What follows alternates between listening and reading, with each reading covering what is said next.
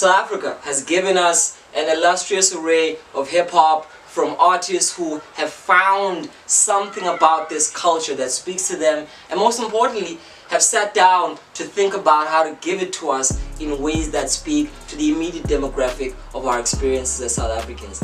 No different is a crew from the Free State, the Assembly, bolstering of members that have given us historical anecdotes and classical boom bap bathed in the color of South African experiences. Captain Melimel and Lebu return for what is basically grown man rap with a very keen sense of respect for what the youngins are doing, and which is very difficult because a lot of these old rappers were old in the sense of rappers who come and appreciate and work within the context of boom bap and that traditional form of rap. A lot of these brothers and sisters would rather just look at the evolution of where rap music is going and dismiss all of these new strands that are taking it further and further away from the classical mold of the cypher and that boom boom clap, let's MC all night long and talk about our experiences while also being able to balance how our pain and our joy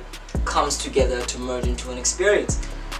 The orientation, I love it. Because what it does, it positions them immediately as lecturers of the highest esteem in SA hip-hop royalty. And as you know, with any orientation, it's bringing new people into the space and getting them familiar with what the institution is about. Orientation Day is where you basically learn what you have in store in this particular place you've chosen to be taught in. So this says two things from the get-go. It says this project is a lesson in and of itself, and it's a lesson particularly to those who might not necessarily have taken classes before, and it brings them into the fold and it introduces them to the fundamentals of what makes that 90s golden era boom bap sound something still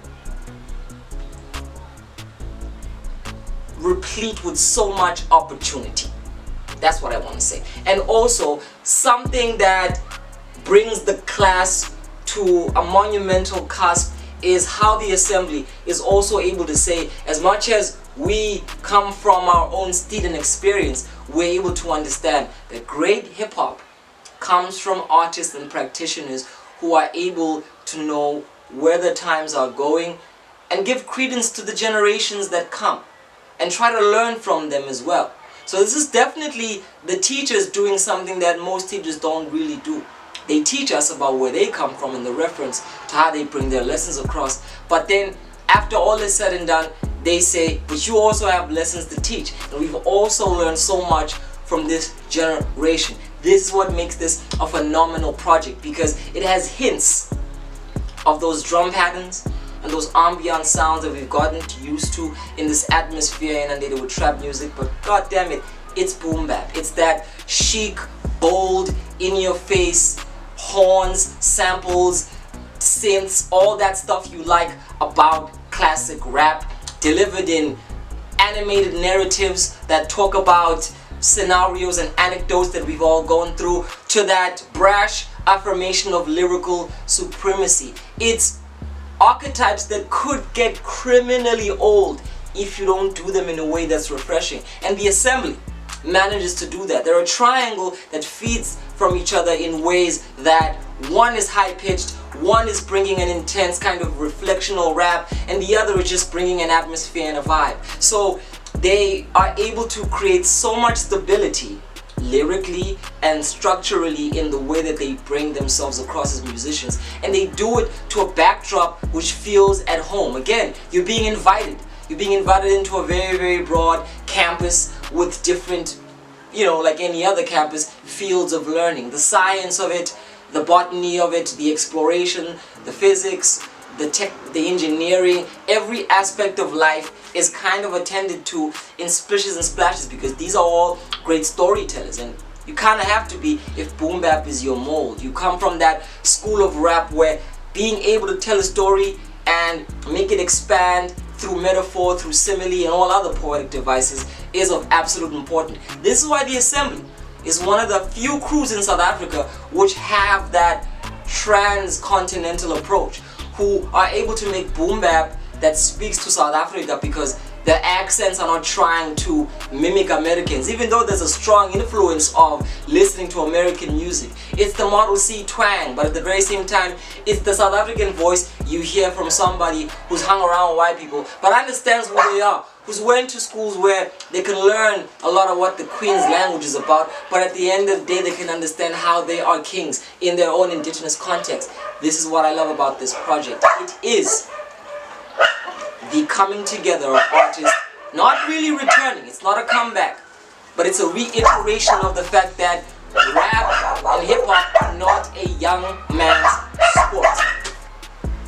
And as an institution, broad with its different categories of learning, you are brought into all of these aspects of what make rap work. From how to create these subtleties with imagery, to how to work on your voice, to how to really understand the context of the rap in and of itself. Again, the question of who you are rapping for. And again, they do this by bringing a staff of lecturers who come from SA's royalty, the Stogie T's, the Zubs, whilst also bringing us artists who are able to now tap into this new explorative world of where rap and hip-hop is going right now. As a project, I think it fulfills the fundamental ambitions that every artist tries to do, regardless of what approach of rap they come across and are trying to aim for, which is, who am I doing this for? How can I do it in the best way possible? How could I do it in a way that both speaks to my local or environment, but has a way to break into the global mold? Because breaking the global mold is something that they do, boasting arrays from some of that New York boom bap hip hop's most respected artists such as Sky Zoo. The Assembly definitely are artists that we can successfully export into an international cipher to rap for their lives, to rap for our lives as South African, and to represent to everybody across the world what's going on in this little pocket of the world called Mzansi, but at the very same time still be hip hop in a way that's familiar enough to be appreciated by the rest of the world. I love what it does sonically, because again, the beats are so broad. They go into places that are very familiar, but are a re-evaluation of what boom bap can be. So nothing too experimental. It's staying in a safe place. And that's what an institution is. A safe place where you go to remind yourself of the core principles of what makes certain things work.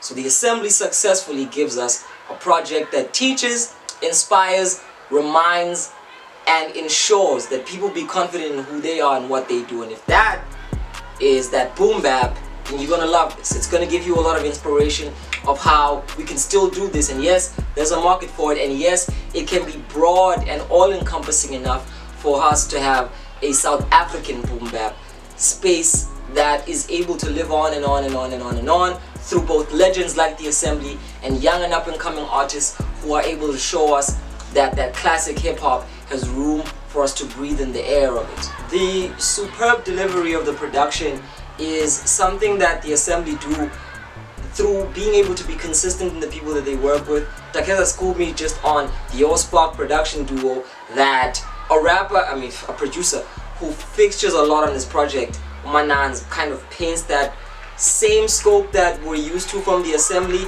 and is able to interpret it into right now in the present moment, and it comes alive. We've also got production from M Phases, Robot Orchestra. So as a whole, this is boom bap producers, or producers who are familiar with that sound, coming together and being able to, again, engineer this technical scope that allows the Assembly so much room to be able to execute these lessons with timing, with expert approach, and with a relevance that is really inspiring to listen to.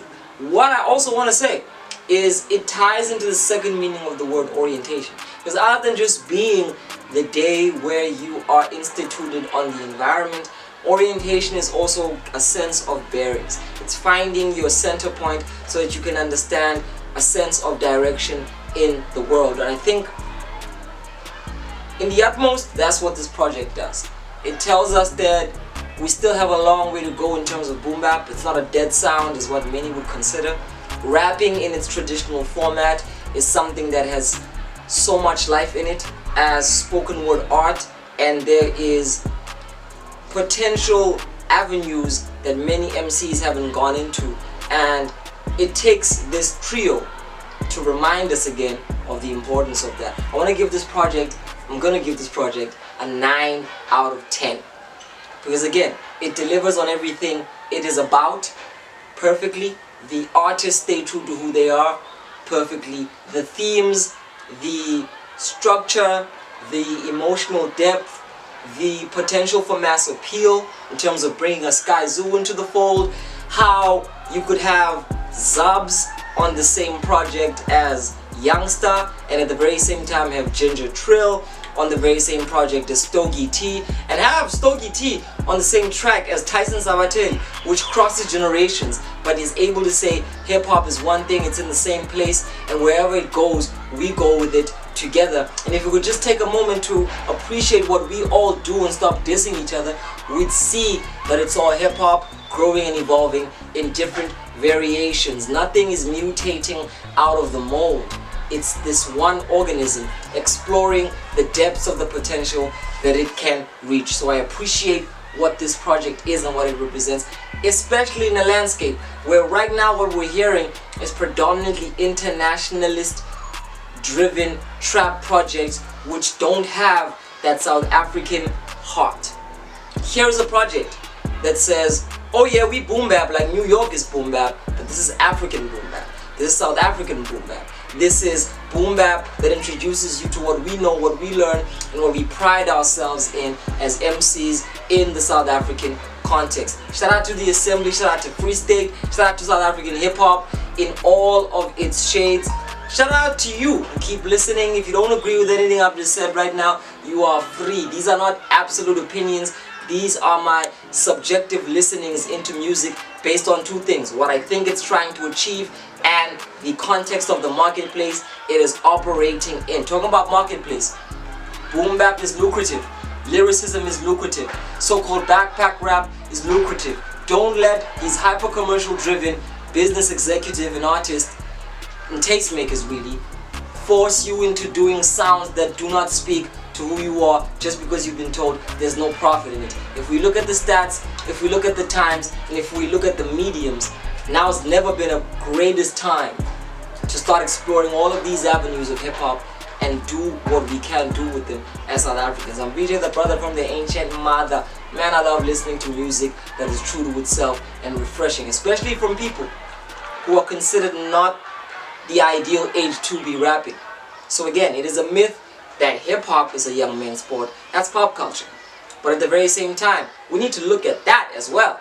Can we have a pop culture for people who are in their middle age, for people who are now approaching a time in their lives where they just want to reflect back at what they've been through, enjoy time with their friends, be out on the braai with their homies, and just listen to the music that's fitting for where they are in life right now, instead of being in the club and being that old person in the midst of a whole bunch of people who are young enough to be your kids. Salute. Sure.